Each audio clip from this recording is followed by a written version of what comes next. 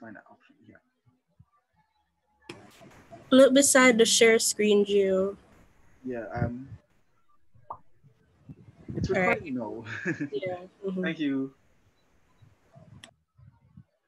All right, no props. So let us begin the game. On a bright and sunny December morning in Jamaica, I'll repeat, on a bright and sunny December morning in Jamaica, the next person is Shadea.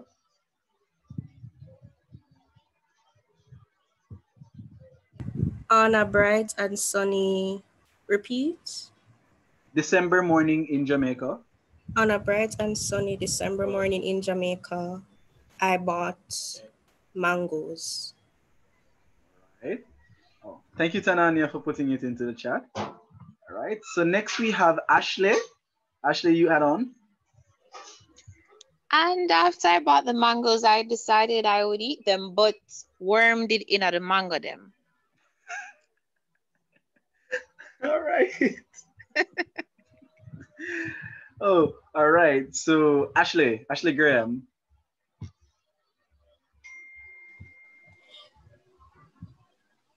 Due to Omovex, I dash all of my mango them. This is sorry I got somewhere weird.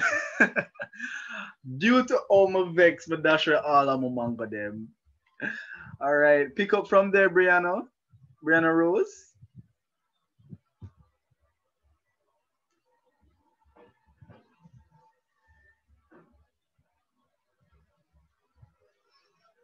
All right, Brianna doesn't seem to be with us, so oh wait.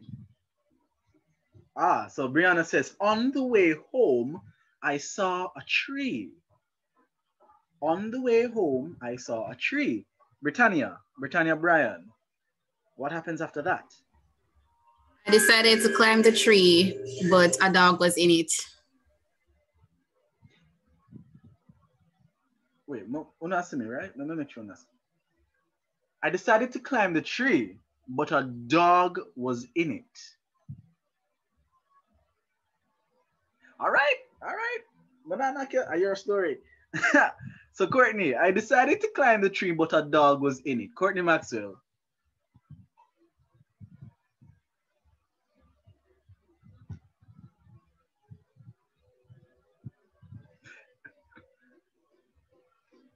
Courtney is no longer with us. All right. Delissa McLean. I decided to climb the tree, but a dog was in it. To my surprise, the dog belonged to my ex-boyfriend, Roger.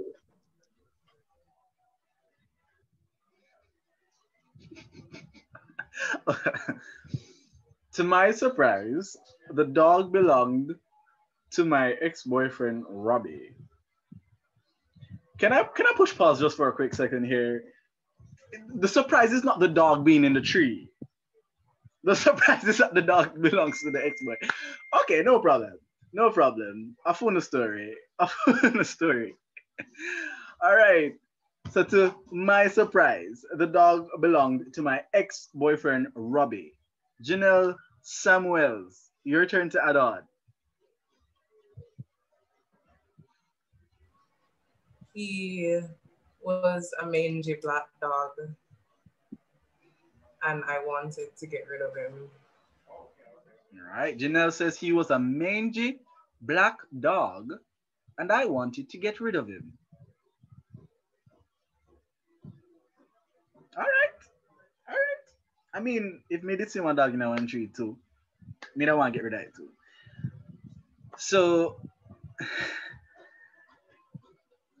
I hope I'm pronouncing your name properly. Jeanez, or is it Jeans?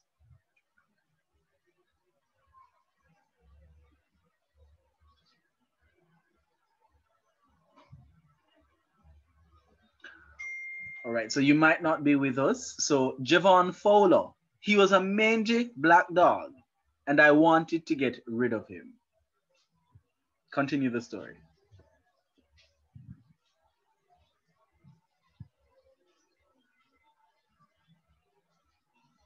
All right, Javon isn't with us as well. No problem. So we're moving on. Kristen Grace McDonald. Hi, Chrissy. He was a mangy black dog, and I wanted to get rid of him. Add on to the story.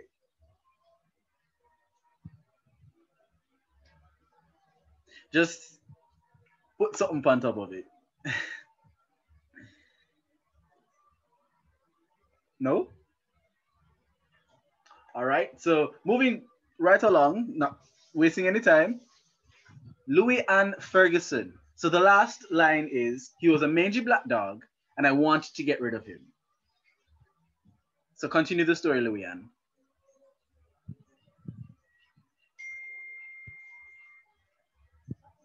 So I found some rocks to throw in the tree.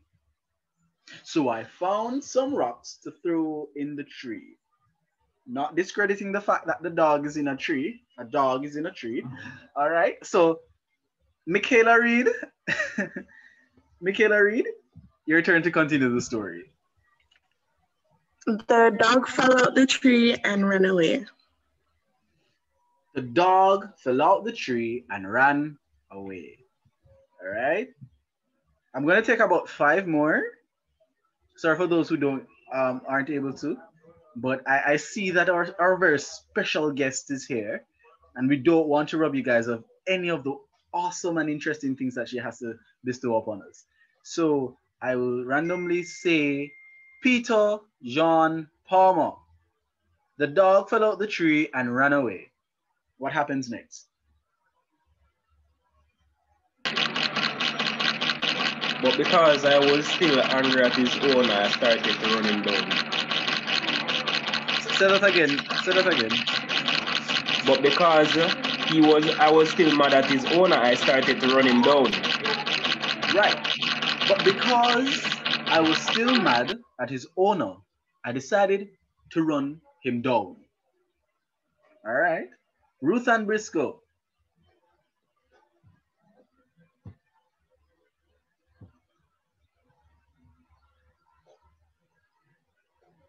Sorry. When I looked down the road, it wasn't a dog, but it was really my ex. Okay, plot twist. So when I looked, wait, y'all killing me. So when I looked down the road, it wasn't really the dog, it was my ex. Peter John say them look similar. All right, Ruth Ann, 3 more. Victoria Carr, or Kerr. I hope I'm pronouncing your last name properly. Yes, it's Carr. All right. What was the last thing she said again? All right, so the last thing is, when I looked down the road, it wasn't a dog, but it was really my ex. So because I was still angry at him, I started to stone him. No, so there's a little conflict with that, because we already start stone the dog. We don't start stone the dog already. So say something else.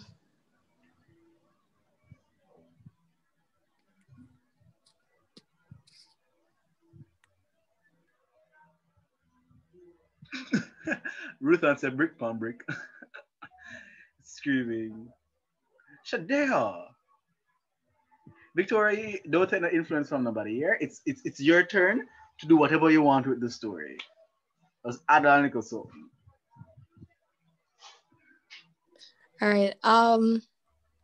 Because I was running him down for so long, I started to get hungry and decided I wanted something to eat.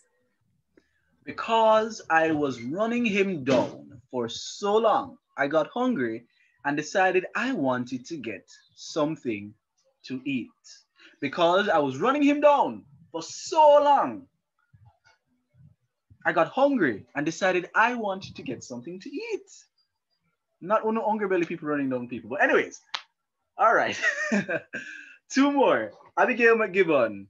Let's see if you can help us to wrap it up. Abigail McGibbon, your turn to add the closing sentences.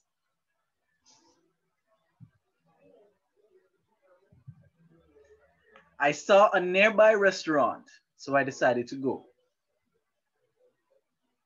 See? All right. One normal person. I saw a nearby restaurant, so I decided to go. Thank you, Abigail. And lastly, so that we can properly start the session, I'm going to ask our guest to close us off with one or two sentences if she might. Neptune, please close off our little game.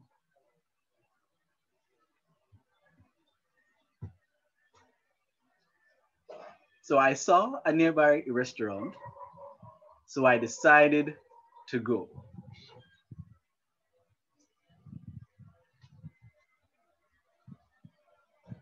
Is Neptune still with us?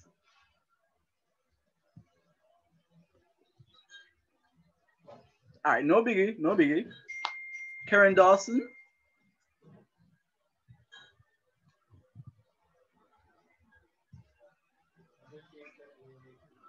Karen Dawson, are you able to close us off? I'll try. You know, lots of potholes, but I'll try.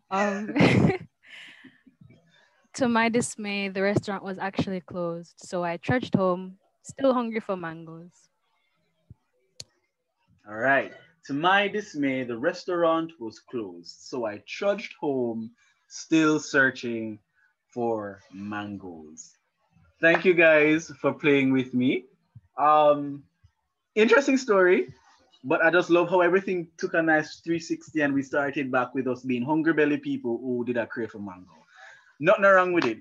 I love you like mango. Please, we're recording, right? Oh, sorry. Well, all right, no biggie, no biggie, no problem. Okie dokie. So we're gonna take a little time. I will soon bless your eyes with the introduction to our very special guest speaker for this breakout room for the writers at Click Creatives, Lights, Camera, Action.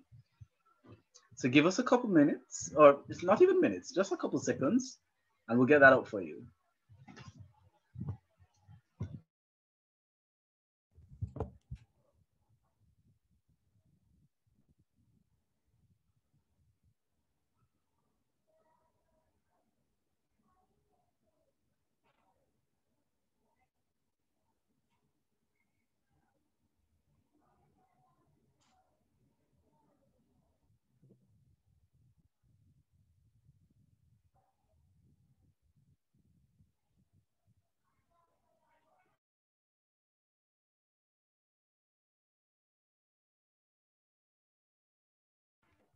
Hey guys, just checking in. How is everybody doing?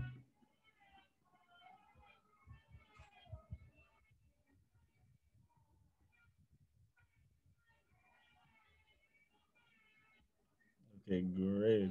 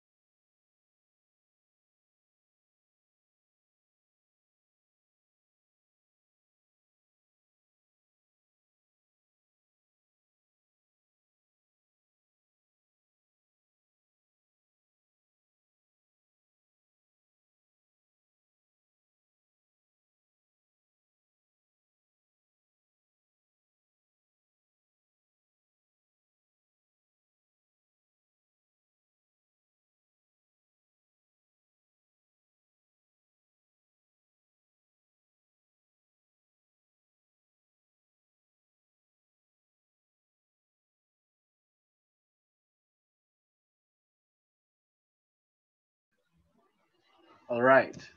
So with us today is a vibrant, eclectic, special human being.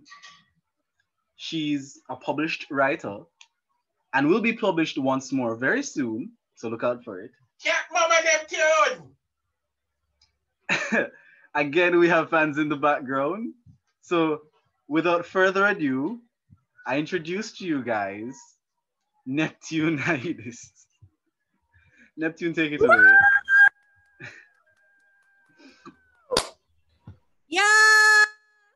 That's my friend. Woo! Drop some clapping emojis, guys, and make her feel welcome.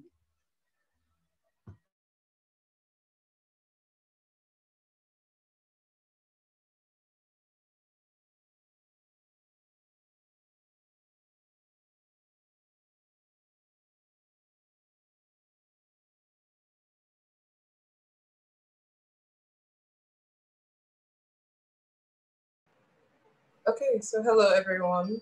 Is this how I join? I'm not really good at this tech stuff sometimes. You're here, we're seeing you, and we're hearing you Okay, too, loud and clear. awesome. Thank you.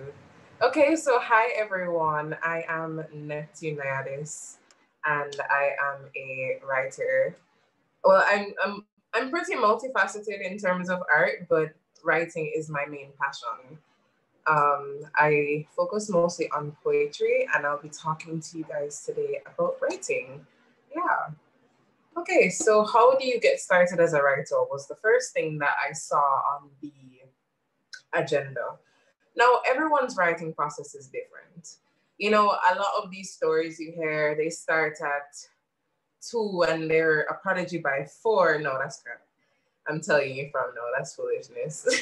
You can start writing anytime and it's never going to be perfect at first. You will have hiccups, you will have problems, you will encounter some stuff that you write today like, oh my God, why can't I finish this? This makes no sense. This doesn't sound good. I personally started my writing process when I was 9 years old, and my original works were terrible, absolutely awful.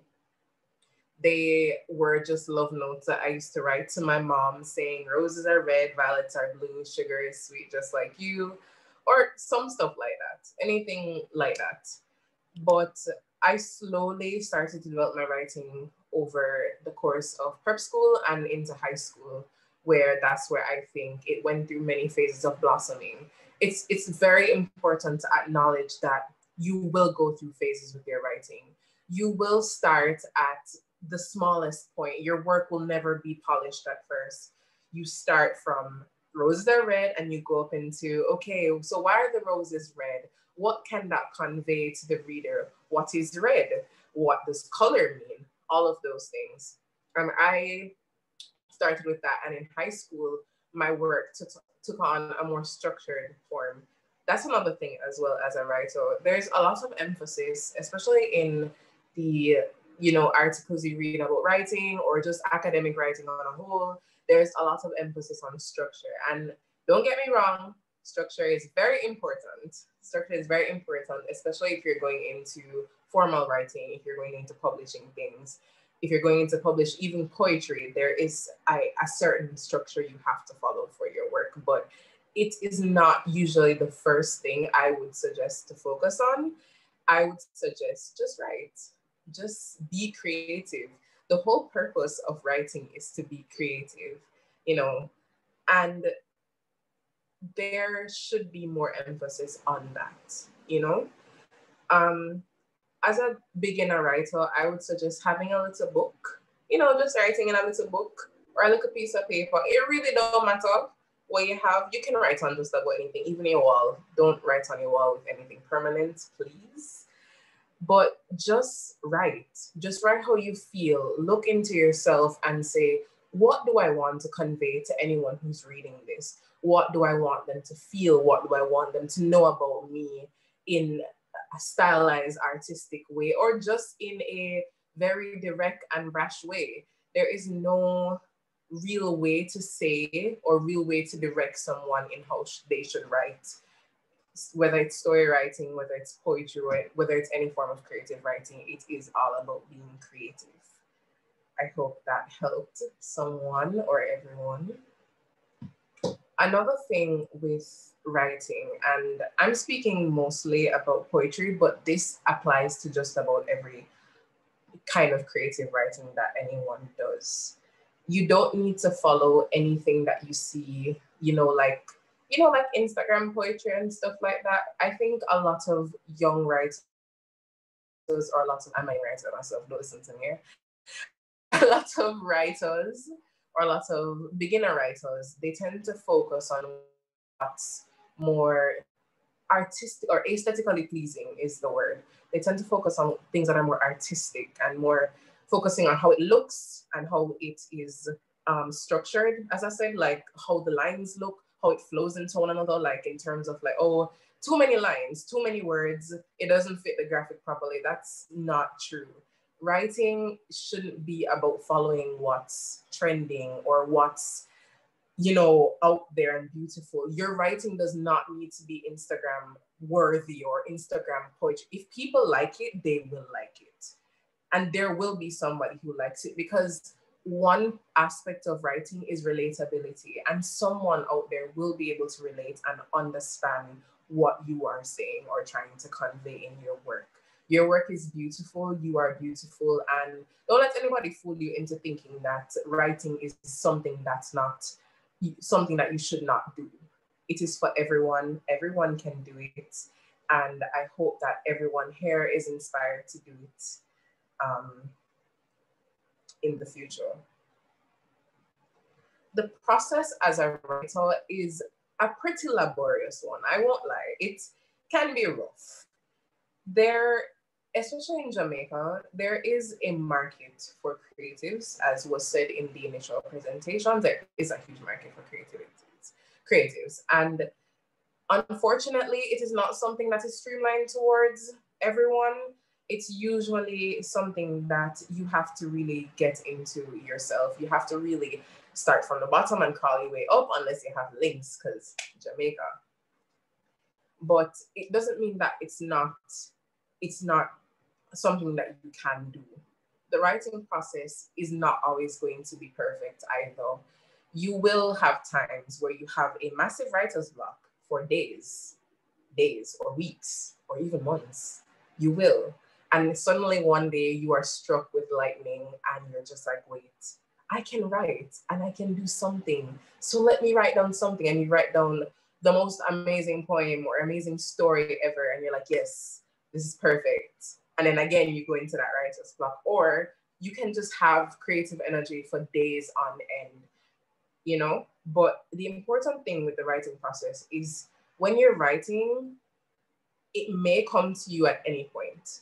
You don't have to always be in that, you know, perfect space that you create for yourself. It is beneficial, but you don't have to always be in that perfect space with the trees and the cats and the couch with the you know, what do they sip in those pictures?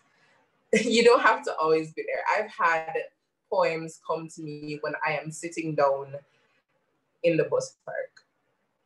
Yeah, I've had poems come to me when I'm in the middle of sociology class when I was in high school. I've had poems come to me when I was trying to hide from my grade coordinator after school when I didn't want to go back to class. I used to sit on the stairs and write.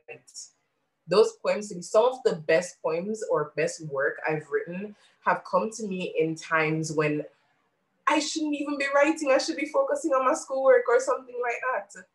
That's when your creative energy can be at its highest or at its lowest. So you don't need to feel forced to be in that perfect space or be in a perfect mindset. Some of your works will come to you in your worst times. It will come to you in your best times. It will come to you in times when you feel as if you're smacked down on the ground. And the only way up is to write something, write how you feel.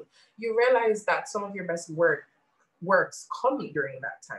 So don't feel pressured in having a perfect writing process. You don't need to feel pressured in following a workflow that you see on Pinterest somewhere. It is just something that works for somebody else, but may not necessarily work for you. It is important to establish your workflow, your process. And it's important, draped Pinterest. It is important to know who you are as a person, who you are as a writer, and how you function in all of those things. Remember that writing is just an intrinsic part of yourself. When you write, you are pouring yourself onto paper or into laptop or anything like that. It is a part of you. So however you are feeling, however you are as a person, you should always take that into consideration in your writing process.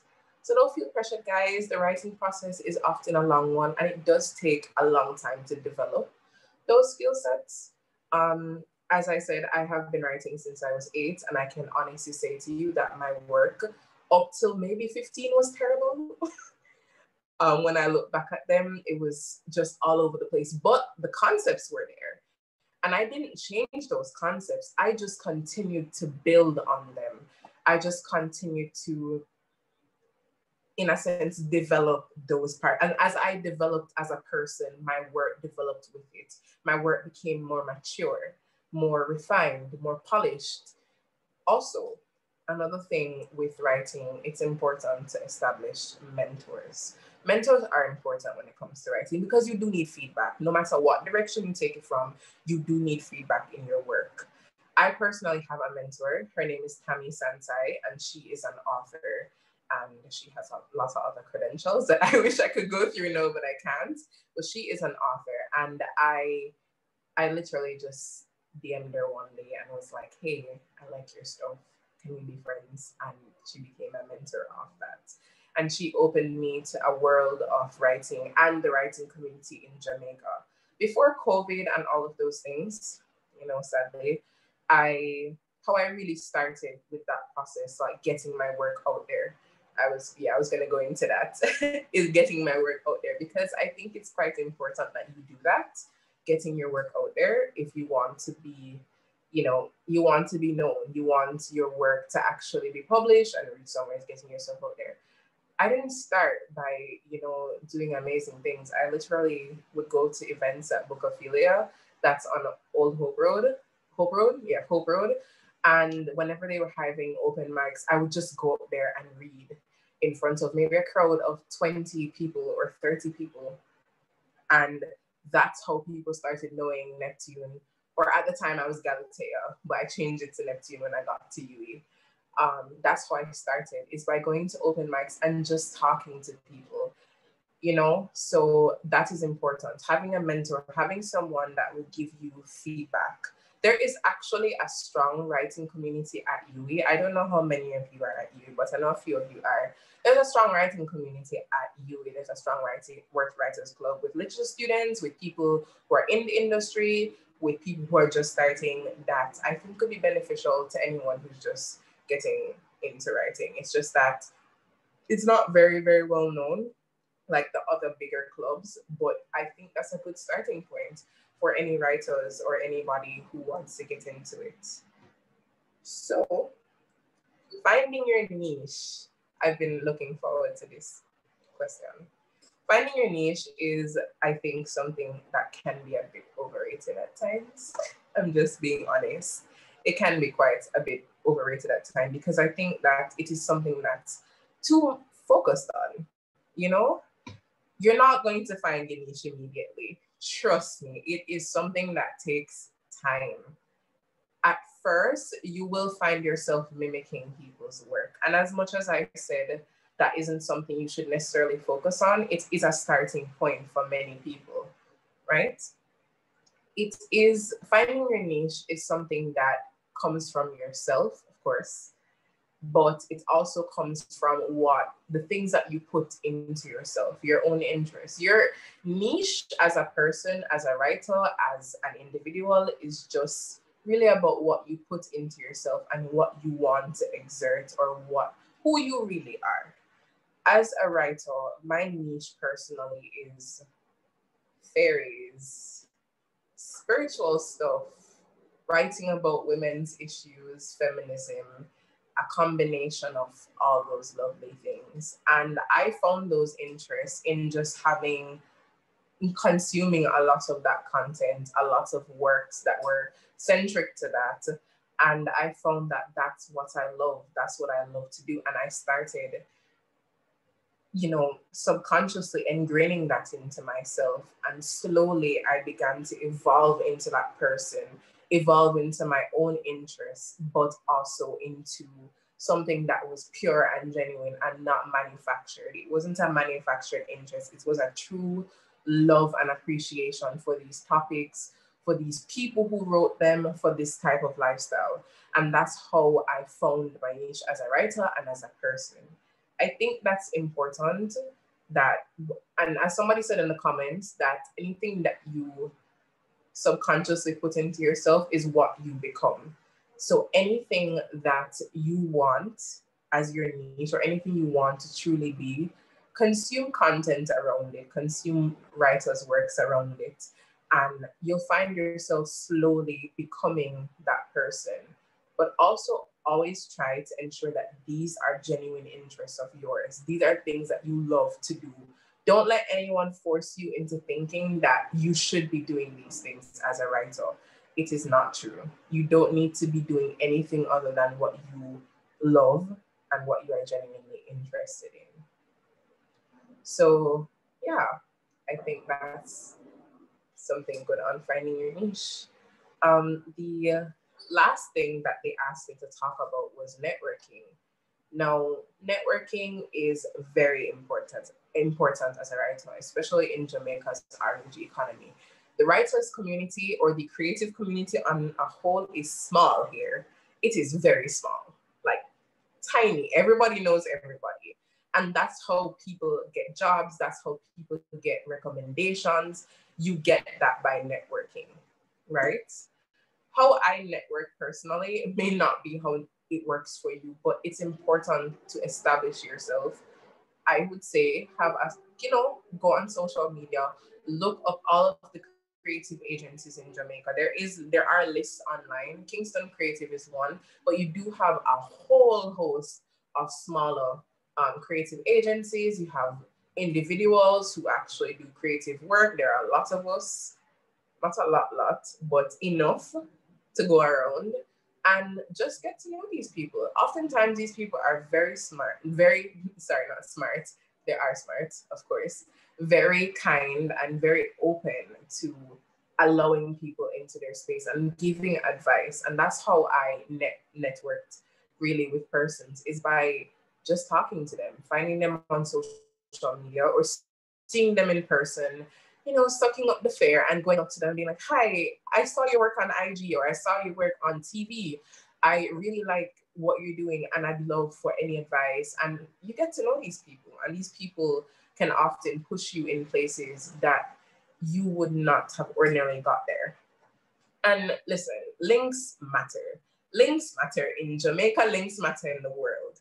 It is important to produce genuine work, but it's also important to align yourself with people that will be able to push this genuine work out there. So I hope that is a good little thing on networking. I could send, well, it's quite a bit of you guys, so I could send like a short list of places or people in however I can reach out to you guys. Also, if you guys are looking into publications or self-publishing, I'm currently not self-published. I really wanted to, but I'm terrified. At the time, I still have a book sitting down at home that I wrote about 2 years ago that is very fine. But what I started to do was get individual pieces of work out there and send it out. When you send out your work, I'm just telling you from now, people will reject it. There are people who will reject your work, trust me. And you will feel terrible because you're just like, oh my God, I put my heart and soul into this. How can these people reject my work? I literally, and then you will be depressed for a while, but I'm telling you that it is just a small, tiny setback. Somebody will accept your work. Keep refining it, keep working on it, keep developing it as much as you can. If an agency, if a magazine, if a publication agency, or whatever it is, rejects your work, take that as a sign that you need to refine it. Send it to someone, send it to anyone and see what they think. Trust me, if someone else reads your work, they can oftentimes pick up, if they have your genuine interest at heart, pick up the little errors that you have in your work. It is there, trust me.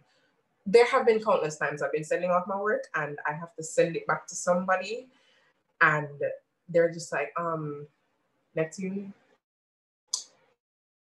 whole ISO grammatically incorrect. Why are there so many commas? Why do you have so many full stops when there shouldn't be full stops? Why isn't the line started with a capital letter? Those things matter, trust me, because yeah.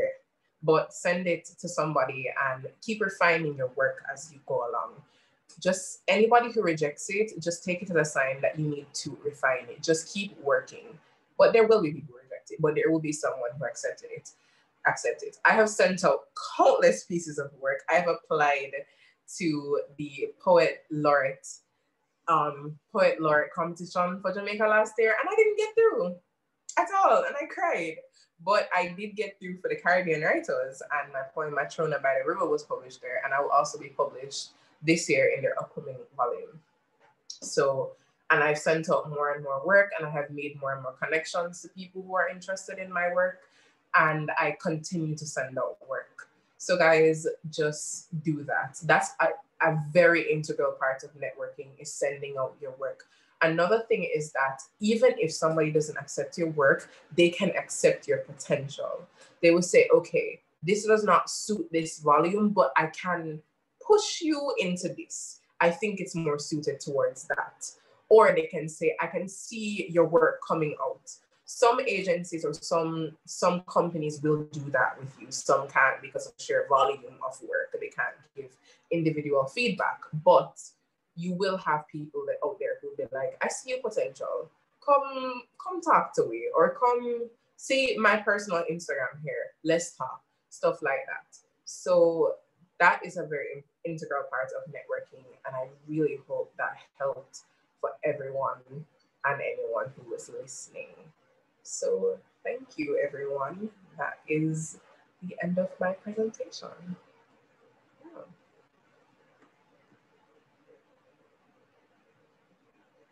I do believe there is a question, a Q&A going on after this. So Giovanni? Yes, thank you so much, Neptune. I was having a little difficulty with my headset just a while ago, but yes, we are supposed to be conducting a question and answer segment right here for all the people who want to, probe into how Neptune became Neptune and what Neptune does and what Neptune is going to do. Big things. Yes. Love you. Your fans are here and they're, yes. You're a big deal, trust me. And it's rightful that you're here with us. So guys, send in your questions if you wanna just open your mic. If you wanna unmute your mic, then do so and ask Neptune, and I'm sure she'll be happy to answer. Or you can just send them in the chat and I'll read them out for you. Go ahead, Deante. I see your hand up. Good evening, everybody. I don't know because I came in a little bit late, so I don't know if you would have addressed it. But my question to you is, Neptune, and I might say I love you. I do. I really do love you. What keeps you motivated with the big notion or narrative that, being a writer is not a profitable lifestyle? That is something that would have turned on a lot of persons in the creative space to say, listen, let me not do that because the lifestyle that I would want to live, probably that profession and the monetization of that profession, is not the best option for me. Okay, sure. Thank you. Thank you for that question. That's very relevant. What keeps me motivated is basically just living my truth. Every time I feel demotivated, I think to myself, what would I rather be doing? Something that makes me miserable. And even if it isn't the most profitable at first, there are always opportunities and options I see for writers in the communities I'm a part of. That's really how I keep myself motivated. And I think to myself, wow, I really don't want to be doing a 9-to-5 job or something I absolutely despise. So that's what I use to keep myself motivated as well. And also, I use the fact that, or I view the creative community as widely as possible. So I don't do just writing alone. I do anything from graphic design to art to writing to just about every creative thing I can think of, so I can always pivot no matter what is happening. So I hope that answered the question, Deontay. Yes. Thank you. You're welcome. Thank you. Anybody else would like to ask a question? All right. So while others are, thank you, Shadeo, for plugging Neptune's Instagram. So guys, follow Neptune right here at Neptune. I have a very hard Naiadis. Naiadis. Sorry. Forgive me. Right. But I actually have a question. I related so much to when you were speaking about in high school or just in courses. Yeah, sociology class in specific, when you said that poems or works would just come to you, right? So in situations where you weren't able to immediately latch on to, and because you didn't want to forget that gem that might just be there, the next big work that you had, how would you keep that in your mind without being able to put pen to paper? Okay, sure. If I had something that wasn't immediately coming out, or I was writing it down, it sounded like absolute garbage, I would write down often the concepts of what I'm writing. I would write down what I feel like I'm trying to convey. So sometimes this would just be a bag of random scribbles. And I would put this down for a very long time, and I would get up a couple months after, a couple weeks after, a couple days after, and be like, okay, it came to me now. This is what I was trying to get out. Writing is very much connected to your emotions. Your emotions and your writing go hand in hand like water and sugar. Yeah, it's solid, right? Okay, water and sugar. It literally goes hand in hand. So if you are going through a particularly violent emotion or particularly taxing or saddening or anything like that, you may be blocked in a sense from fully getting out what you want to say on paper. Just like if you're trying to express it and you don't know what to say, but you know what's bothering you, you know what it's making you feel. As a writer, I think it's important to put down the concepts on paper, and that's where you develop the poem off. It doesn't always have to come out like scripts or parables or anything like that, but the concept is good enough to work off, because your mind and your creative self, your creative spiritual self, oftentimes does not forget what you're trying to convey or what you're feeling at that moment. It will be stored somewhere in the archives of your brain. So I hope that was helpful. Yes, it was. Anybody else have any questions? I might just take up the whole time. Anybody else have questions?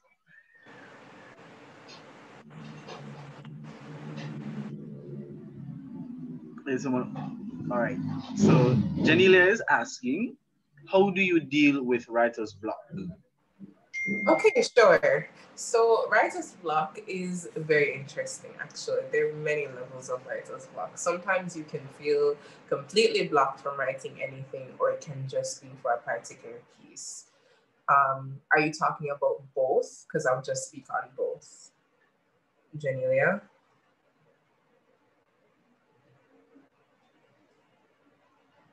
Okay, both. So for me as a writer, I deal with complete writer's block by basically just putting down all of my writing stuff. I try to hide it from myself because I'll constantly be reminded that I cannot write at all or anything like that. What I try to do is take some time and breathe, do things I like, get into nature. Because oftentimes my writer's block stems from my current emotional state. So if I'm very stressed out, if I'm very upset, if I'm very angry, or something is happening at that particular point in my life, it prevents me completely from writing. So what I try to do is disconnect myself from the need to write, the need to convey information, and put myself in a mindset where I'm a consumer. I'm a consumer of my environment. I'm a consumer of the world, the universe, whatever it is. I put myself in that mindset, and that oftentimes gets me back on track into writing. So I go into nature, I light a candle, I put string lights all over my room, or I paint on my walls, something like that. I try to fill my time with as much creative energy or creativity as possible, because creativity is often what I feel like I'm lacking when I do not have a strong connection to my work at that point. For, temporary writer's block, usually what's blocking, in my opinion, is your current state of mind. There's some mental block going on. There's something that's bothering you subconsciously, and it's preventing you from getting your work out. Or in my personal opinion, or my personal experience, that's what happens to me. That's what's preventing you from getting it out. So I try to attack that, in a sense. Attack that emotion, attack that feeling, and I write it out. I write out whatever is bothering me at that point, whatever I'm feeling. And that usually helps me to release that stress or release that tension and pain. Or I try to do activities centric to self-calming, self-care, meditation. All of those things help me get back on track with temporary writer's block. So I hope that was helpful. Awesome. So the next question I saw from Candice, I hope it's Candice. Any tips for blogging or a newbie blogger? Okay, so blogging, right. I am actually very new to blogging myself, but what I would say is find communities that are centered around what you're blogging. Oh, awesome. Find communities centric to what you're blogging, what you're trying to get out there. It is important to establish, connections within these communities, and trust me, they are out there. And that's a helpful way to get your work out, especially to people who are interested in reading it and not just reading it for the sake of reading it. Social media is definitely one, establishing a good social media presence for your work. I find that people are very drawn to things on social media. Newbie blogging, I think, is also very art-based. So creating a beautiful, an attractive layout for your work, ensuring that whatever you're putting out there as like the title or whatever you're trying to put out there as like a thumbnail, it is attractive to the viewer's eye as well.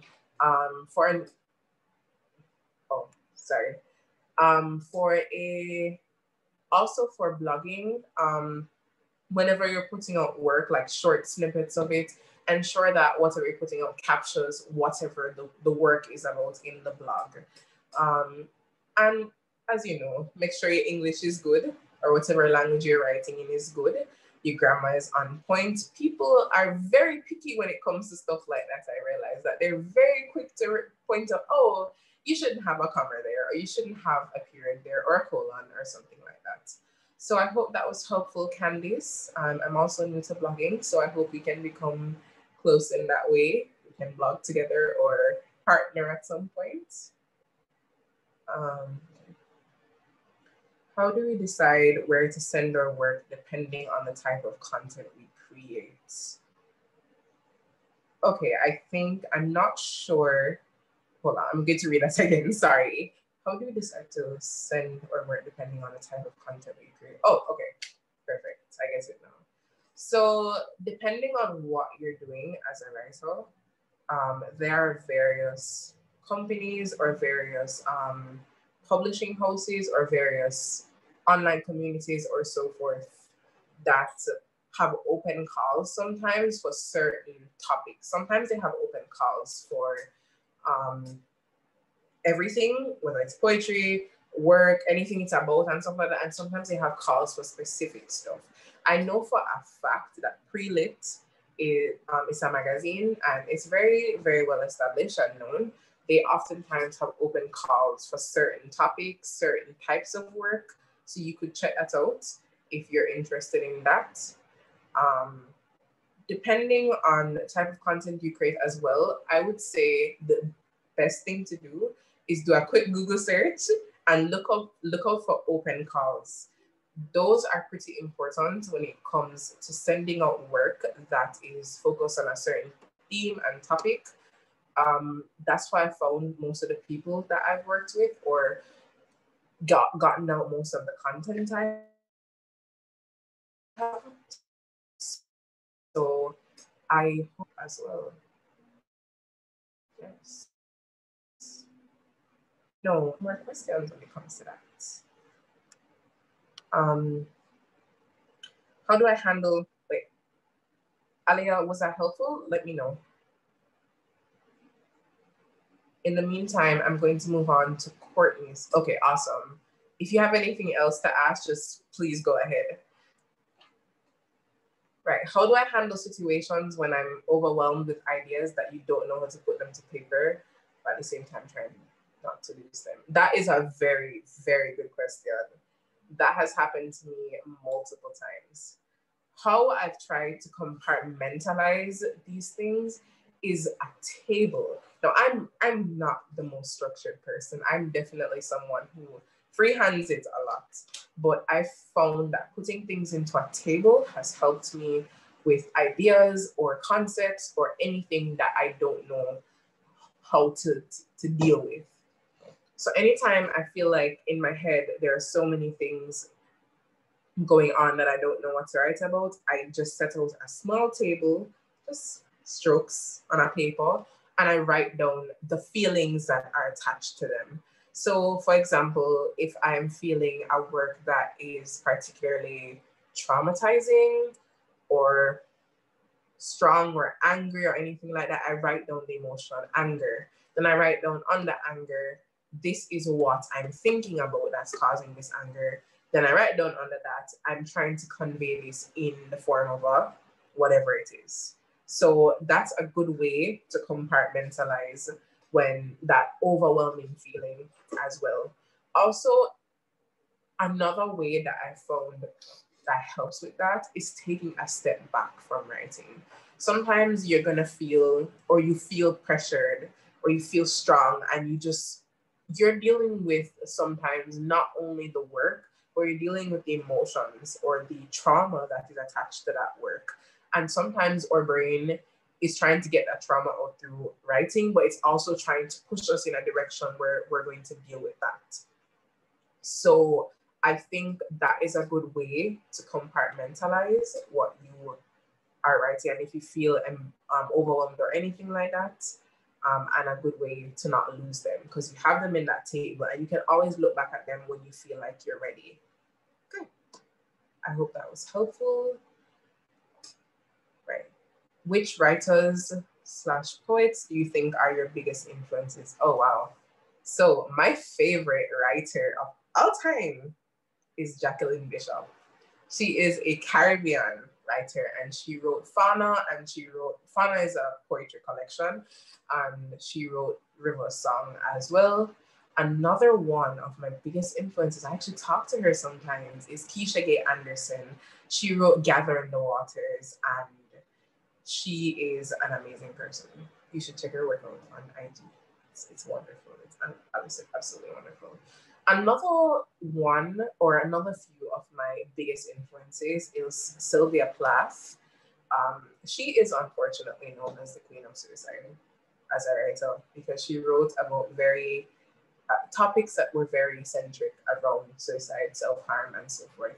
But her use of language and her ability to convey these complex and riveting feelings and everything was astounding. I've read her entire collection and it was beautiful and also very striking and stressful. A few more as well is Mervyn Morris, who actually taught me for last year's creative writing. It was wonderful. I actually read a few of his poems and I really enjoyed them. And Tanya Shirley, she's actually at UE as well. She has some beautiful work I've read, and I encourage you guys to check it out. And yes, please support your fellow Caribbean writers. Like, there is this ongoing notion that Caribbean, we often feel pushed to look at international work, but trust me, some of the most beautiful pieces of work and literature is our fellow Caribbean writers. So please, guys, support them. Buy their books, read their work. It is beautiful and it's oftentimes relatable. We can definitely understand so much of what these people are writing about. You see that book that we did for CSEC, or you guys did for CSEC, A World of Poetry? There's some really good works in there. I'm just telling you guys from now. Instead of approaching it in an academic sense, look at these works as works of art, because they truly are. And you'll start to see the intrinsic value of this work. So I hope that answered your question, Karen.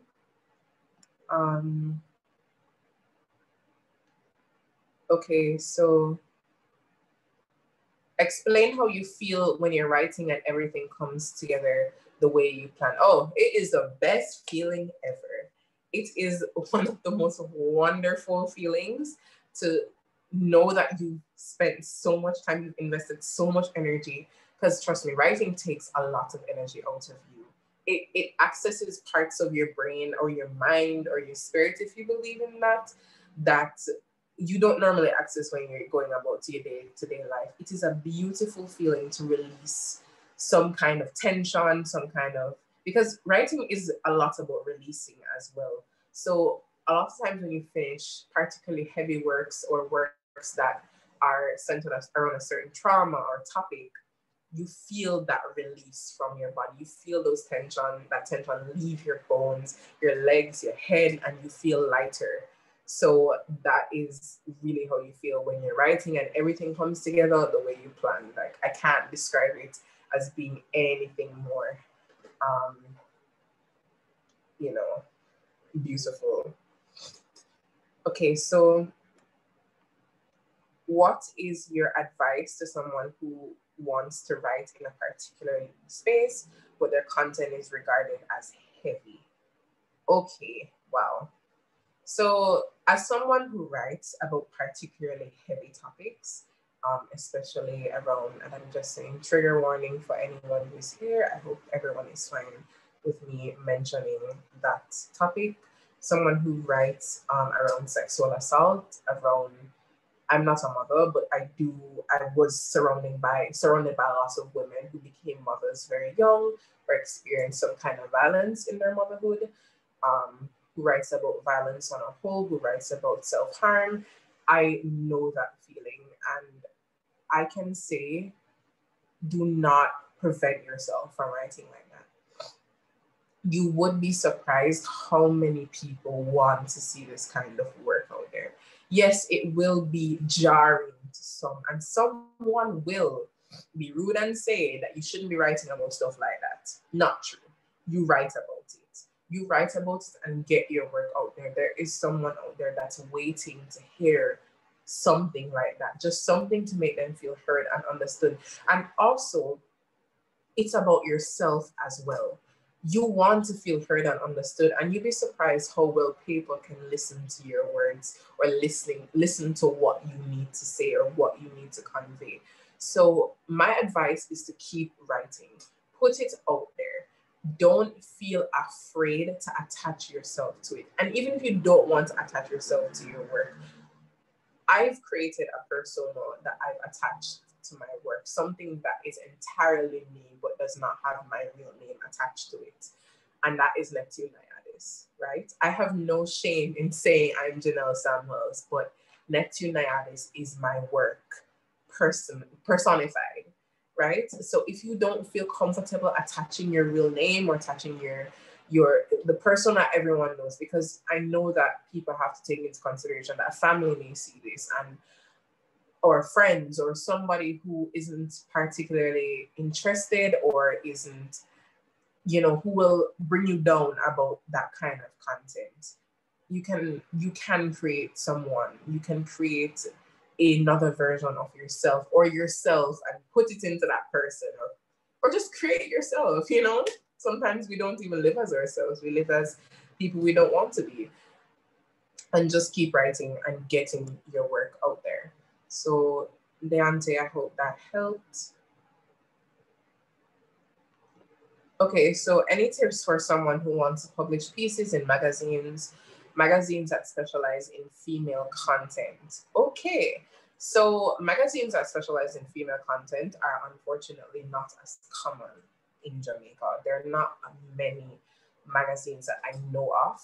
And I'm not saying that they're not out there or anything like that. There are, but there are not many out here, unfortunately. One, you could create your own. I would love that. But two, you can find the ones out here and reach out to them and ask them if they have any open calls for any writers, or you can, a lot of times these magazines have specific opening times or open calls, as I said before, for people who are looking, or people are looking to publish that type of content. And it's pretty, I think there are quite a few options out there for magazines having open calls or stuff like that. I could, if you just shoot me a message on IG, I could send you a few accounts that I know of that I have actually sent off work. Some of them are pretty small and some of them are pretty big. The bigger ones tend to have longer, much longer wait times. So just know that you will have to wait a good time for any of them, actually, small or big. But I could just shoot me a message on IG and I will send you a few of them if you're, interested to do that further. I don't quite remember them out of my head. My memory is terrible. So if you do that, I would be more than happy to help. What is my biggest fear when writing? Oh, you're welcome, Abigail, no problem. What's my biggest fear when writing? Oh, to be honest, one of my biggest fears when I'm writing is being afraid of what I'm writing.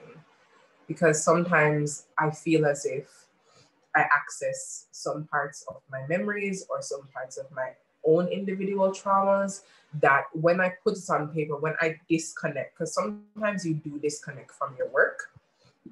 When I disconnect from my work and I read it over to myself, I'm just like, oh my God, this is how I've been feeling for this long. And that terror is definitely something that I can say that I'm definitely afraid of. It is like a sinking feeling in your chest, realizing that this is the pain that you were put through or someone put you through. And you're just like, this is what I've been trying to say this whole time. This is what I've been trying to express. This is what has been preventing me from talking, preventing me from walking, preventing me from getting my daily activities done. That has thrown me so much off my path. And you're just like, I finally got it to, but I cannot read it to myself because it's like you're continuing that, you feel like you're continuing that cycle of trauma. So I would definitely say that that's one of my biggest fears when writing. So I hope that answers your question, Giovanni. Is the fear motivating or a setback? Okay, I'm going to be honest. It can be both. Sometimes you feel that you can't continue on a certain poem, on a certain piece. You don't feel like you can continue. And that can be a temporary setback. Some people don't come back from it. Trust me, just being honest. Some people don't come back from that feeling of not continuing that particular work, not wanting to get it out there. But some people can use it as a form of motivation. I personally, it's both. There are pieces that I can't read over to myself that are lost in the archives of my book, and they have been in there since I was like 14 or 15 years old, and I've not looked back on them because I'm not ready to. But the moment I am ready to, I can say for a fact that those poems will be developed into something that I can put out there and I will put out there. So I hope that answers your question, Javon. Courtney, have you ever got to a point in writing where emotions took over and you could not continue that particular piece? Yes, definitely. I have been writing poetry around certain topics that have broken my heart to pieces, that have literally caused me to collapse in absolute tears. Like to this day, that book, that particular page is drenched, like it is wet from the, when tears dry or water dries on paper, it literally looks like that. It can be very painful to write certain things, but I can say that even if your emotions are taken over, you can take a step back, breathe, and continue if you feel like you're being led in that direction. Because as well as poetry is also something that comes through you. It is sometimes I've had a lecturer tell me that I write poetry. It is written through me. I don't write it, it's written through me. Because sometimes you do disconnect from your work and that happens, but please continue. It is something that you need to get out. It is something that you need to say. It is something that you need to feel in order to move on, to continue, or to get out into the world.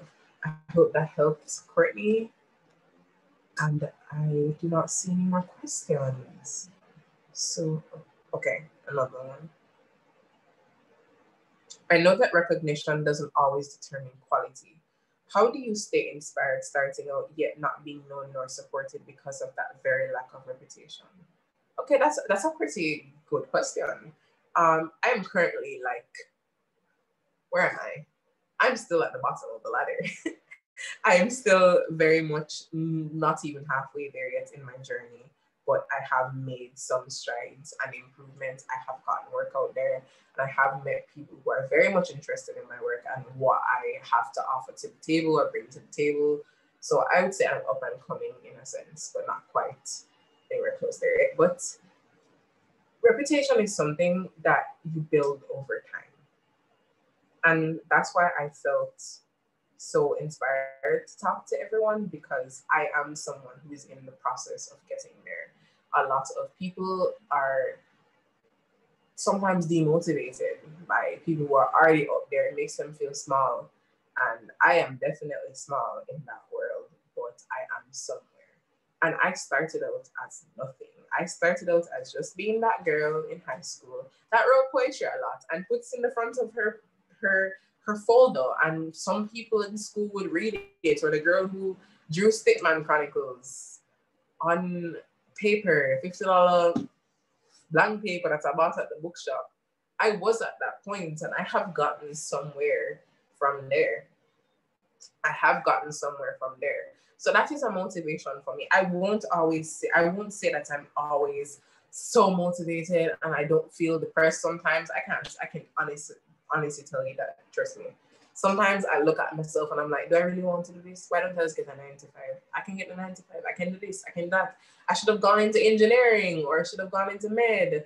I should have gone into all the other things. But there is a reason why I was, or you, or anyone was pushed in that direction. It is not an easy process to get out there.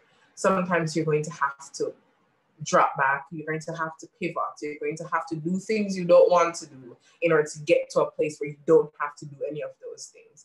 It's always important to acknowledge that the process will have a whole bunch of bumps, a whole bunch of everything, but there is an end goal. And once you keep your mind set on that end goal, there is nothing that can stop you.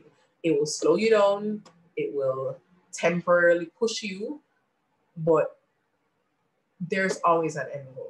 So just keep your eyes on that, keep focused on that. I'm telling you, you will reach it over time. Everything takes time, guys. So I hope that answered your question, Tania. You're welcome. You're welcome. You're so welcome, guys. Hi, Giovanni. I see you're back.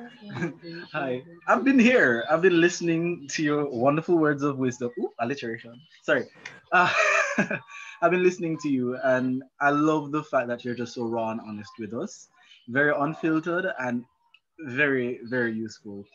So we're close to the wrap up time, but I wanted to, on behalf of everybody from the ABC Hall Chair Committee, the Publications Committee, the Faculty of Humanities Publications Committee, Rex, everyone, I just wanted to say a big thank you for giving us these very useful tips and advice on our creative writing journeys, or all the poets, the playwrights, everybody in here who does some level or some form of creative writing could have taken something away from what you said. I know for a fact that everybody related to the whole writer's block segment that you did, delving into the different types of writer's block and then what inspires us to write. and just how you went in and out of the different facets of our person and our spirituality. Loved that for us. Thank you so much, Neptune. It was really amazing and insightful. I wish I could have given you something, but I have nothing for you. We love you and your dad. We love you and your dad. The fans in the background have said it. So thank you all for listening to Neptune. Thank you all for being here. It was amazing. It was fun and it was informative and educational. So if y'all want to go back to the main room, do so. Thank you again, Neptune. Sorry, I can't give you enough thanks. You're welcome. All right. And follow me, guys. Please reach out to me. I have no problem to. I'm not great with responding to messages, but I will respond. And I would love to see you guys again. So just follow me and, link your work. I'll definitely try to get through as many of them as possible. And I'm not perfect. I'm still there, but I will try to be as helpful as I can to you guys. Thank you so much for coming. I really appreciate it. I really appreciate it too. All right, so guys, you can. Your fans are getting a little too excited, but you guys can start making it back to the main room. Remember to follow Neptune. Neptune Naiadis at You're Neptune getting it, Naiadis. Oh my God, almost there. Almost there. All right, thank you so much, guys. Thank you, Neptune. You're welcome.